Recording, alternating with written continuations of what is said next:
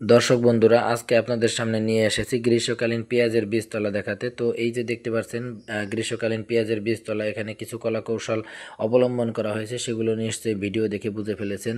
তো আমি এখানে এসেছি মূলত চারাগুলো দেখার জন্য কি অবস্থায় আছে। এই চারাগুলোর বয়স আনুমানিক 25 থেকে 26 দিন। তো এই চারাগুলোতে কিছু একটা ঘাটতি দেখা দিয়েছে। তো সেটা হচ্ছে এখানে পর্যাপ্ত অতিরিক্ত রসালো থাকার কারণে মাটিটা এখানে ছত্রাকের আক্রমণ হয়েছে, সাথে সাথে চারাগুলোর গ্রোথটা খুব একটা ভালো আসেনি। তো এমত অবস্থায় এখানে কিছু ছত্রাকনাশক এবং কীটনাশক স্প্রে করতে হবে। তো প্রথমে আমি যে ছত্রাকনাশকটির নাম বলবো সেটা হচ্ছে ইয়ন কোম্পানির কারিশমা। সেই সাথে আমরা চাইলে ইয়ন কোম্পানির নিস্তার ছত্রাকনাশকটা একসাথে মিক্স করতে পারি।